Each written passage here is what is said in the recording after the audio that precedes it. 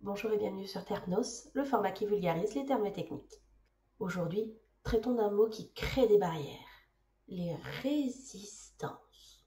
Pour comprendre les résistances, il faut se souvenir même rapidement des rôles joués par les moi, ça et surmoi.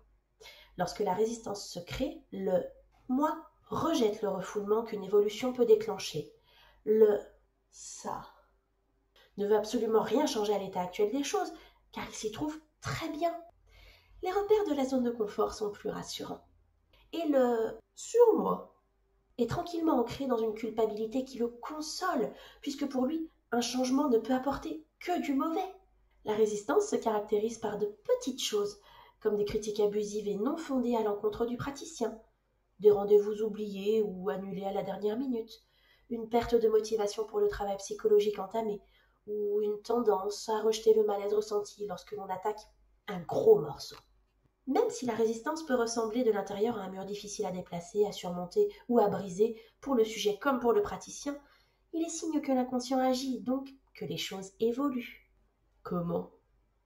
Parce que lorsque la résistance apparaît, elle signale qu'une lutte se déroule entre la volonté farouche de s'en sortir et de voir s'améliorer les choses, et celle de ne surtout rien changer, de peur de ne pas savoir gérer la douleur, de crainte d'être déçu par l'impossibilité d'aller mieux, qui n'est que du fantasme.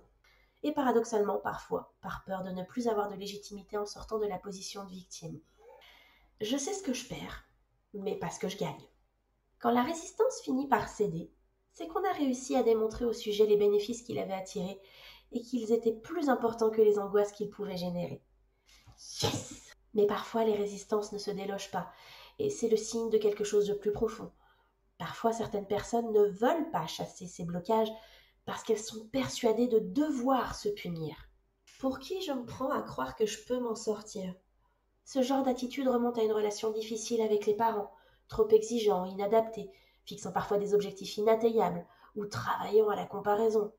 Dans tous les cas, un suivi psy est nécessaire et presque obligatoire pour sortir de ce cercle vicieux qui doit être brisé.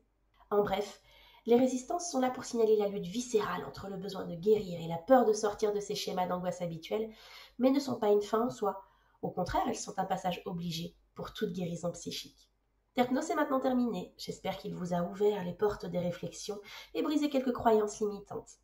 N'hésitez pas à poser des questions si vous en avez besoin en commentaire et à proposer des idées de mots à vulgariser. Et en attendant, pensez bien-être, pensez à vous. Abonnez-vous.